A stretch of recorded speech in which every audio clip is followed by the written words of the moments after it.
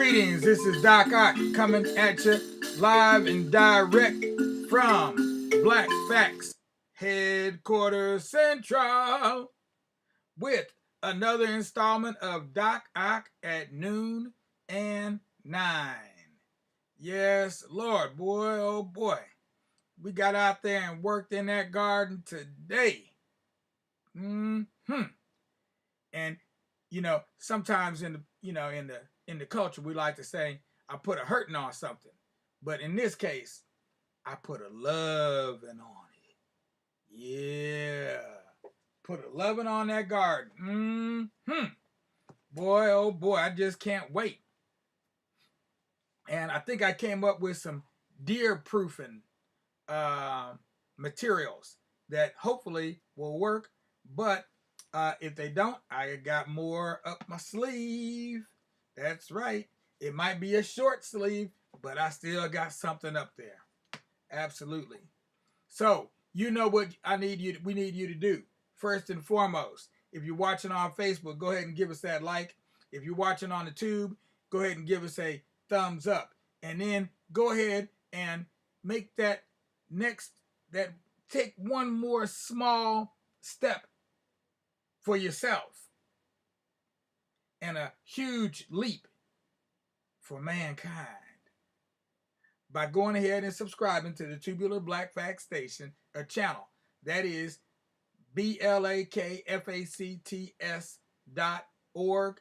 That's our website, the Tubular Black Facts channel, spelled just like you spell tubular, but with Black Facts as the second word. BLAKFACTS.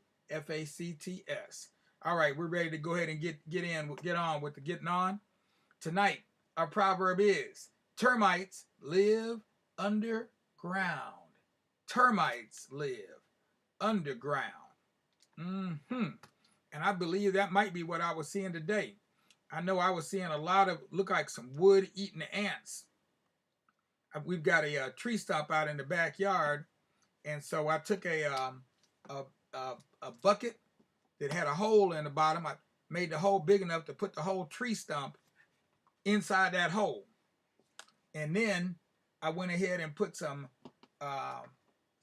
branches in there on the bottom to build it up some, and then put soil on top. And so I've had it like that ever since last year. I tried to grow some plants in there last year, but I had issues with the deer, as always. So I'm trying it again this year. I'm going to try and grow my collard greens in there, but I know I got to give them some protection because the deer will be coming for them. No doubt. All right, meanwhile, we're going to be engaging ourselves in some reading tonight from our book, African American Women of the Old West. We decided to go west with you again. Okay, so we're going west. And instead of going west, young man, we're going west with the, I guess they were young women at the time, relatively speaking. And this time we're going to be reading about Mary Ellen Pleasant. And the chapter in this book about her is called The Second Act. All right, so let's see. Second act, Mary Ellen Pleasant. A very pleasant woman indeed, indeed, indeed. This is all part of our Juneteenth celebration for 2021. So we hope everybody enjoys it and has some fun. Here we go. Mary Ellen Pleasant was a tall, slender, young black woman with dark eyes and sharp, distinctive features. The light-skinned 35-year-old woman had no trouble finding work as a domestic in the homes of wealthy San Franciscans in 1849.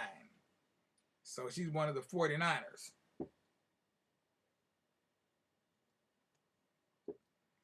Her employers were pleased by her stately bearing, her maturity, and the fact that she knew her place.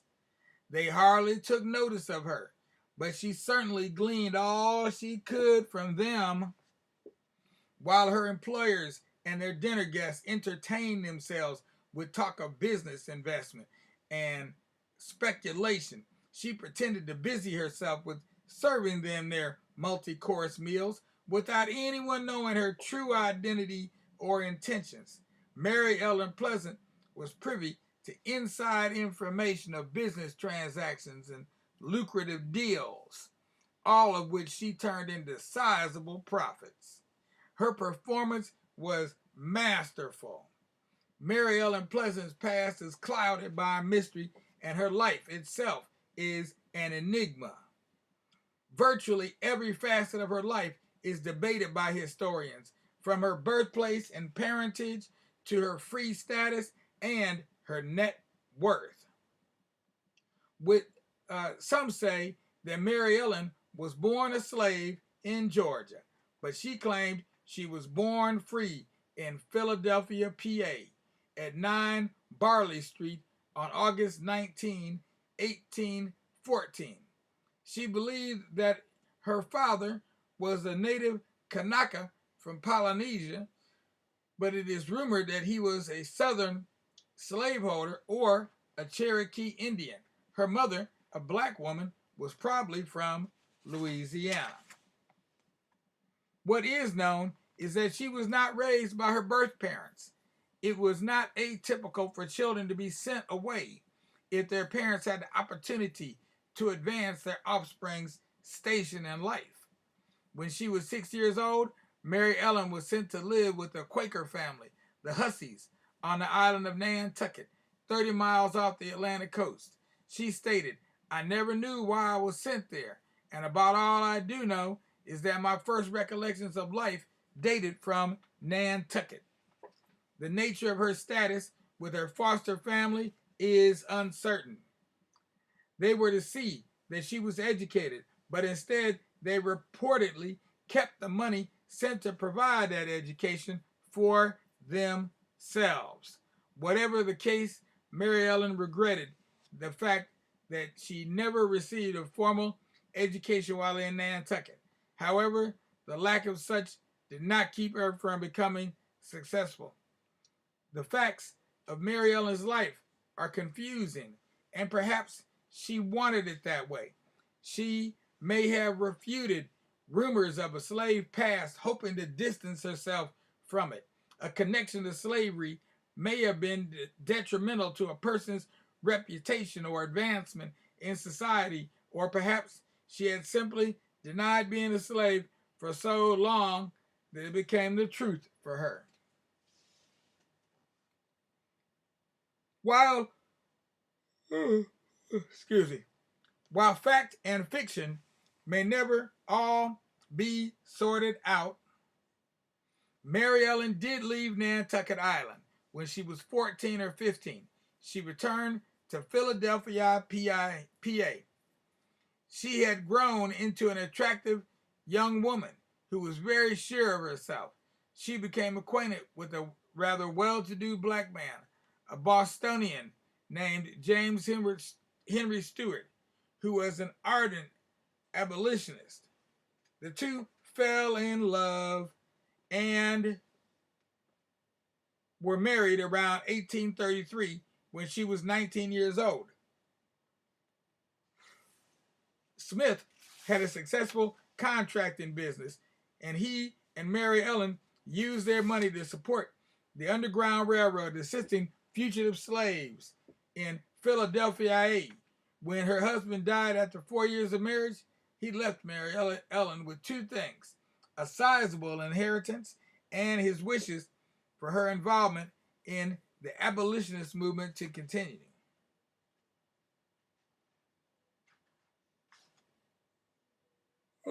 Excuse me. Mary Ellen moved back to Nantucket, where in 1847, at age 33, she married John James Pleasants, reportedly a former slave of John Hampton Pleasants, a second cousin of Thomas Jefferson. Her husband had lived in Virginia and New Bedford, Massachusetts, a hotbed of abolitionist activity. Moving back to the mainland, she became even more impassioned in her fight against slavery, and when a contingent of East Coast abolitionists moved to the western United States, she and her husband followed suit. Mary Ellen arrived by ship in San Francisco around 1849. Some accounts say 1852, during the gold rush era. Her husband either came with her or arrived at a later date. They left behind her young daughter, Lizzie J. Smith, in the care of someone else.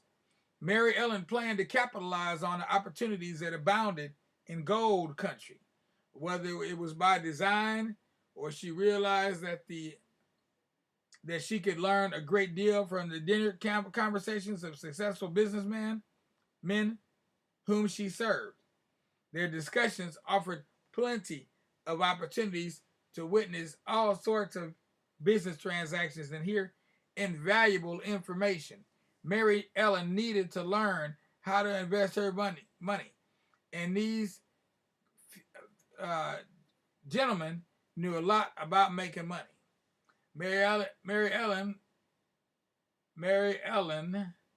Pleasant. The S was later dropped from their name. Once described herself in these words: "I am a whole theater to myself." Indeed, it was quite an act she put on in San Francisco, one that involved masking who she really was and what she did. When she arrived in the city, good cooks were scarce, and Mary Ellen reportedly had people bidding for her services for up to $500 a month. No one suspected that their housekeeper, or mammy, as she was sometimes referred to, enjoyed a sizable inheritance. BARP researchers have speculated that she had from $15,000 to upwards of $50,000 to her name. That's right, 50,000. That's 50 with 3 zeros behind it. Mary Ellen lent money to others at 10% interest and speculated in real estate and other entrepreneurial efforts. By 1855, she had purchased several laundries and small businesses. Her investments in property and the stock markets were sound. Now, as you can see here, she had a laundry room set up. Somebody was coming and having their laundry done. Yeah, I don't know who that would have been. Who would be using the laundry? At any rate, I thought, man, that was the cowboys and other criminals. Whoa.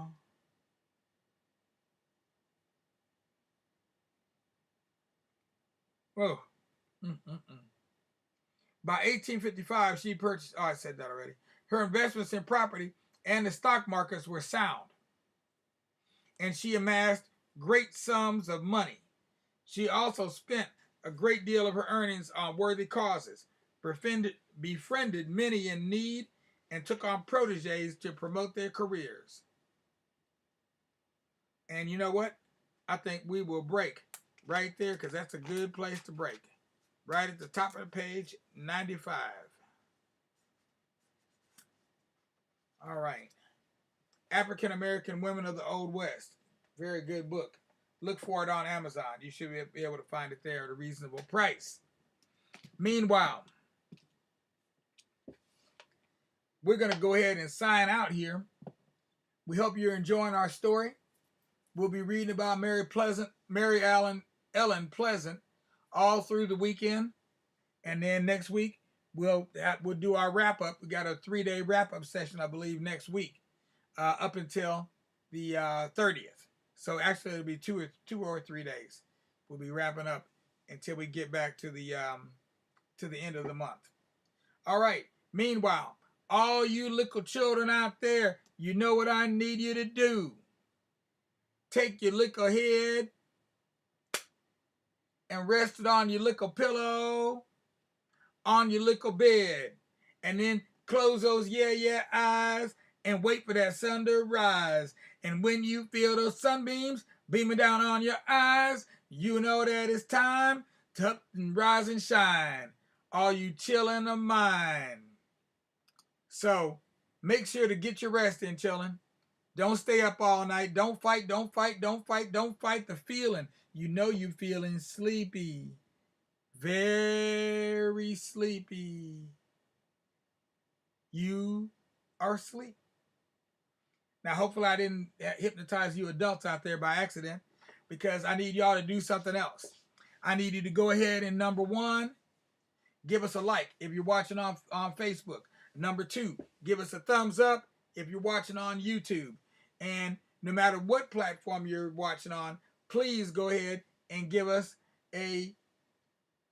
your subscription. Go ahead and subscribe. Become a subscriber to the Tubular Black Facts channel. If you haven't gone tubular, you haven't seen nothing yet. So make sure you get on over there. If you're looking at this on Facebook and you haven't been to our Tubular Black Facts channel, yeah, we got something going on over there. Check out those playlists, because we got multiple playlists of program shows, and what's the word for it? Videos of not only ourselves but other people as well, doing all kinds of wondrous things related to Black history and culture worldwide. All right, so we will say peace out without a doubt. Of course, with justice, because anything less disgusts us, and we love being discussed, but we don't love being disgusted. Peace. May peace guide your way.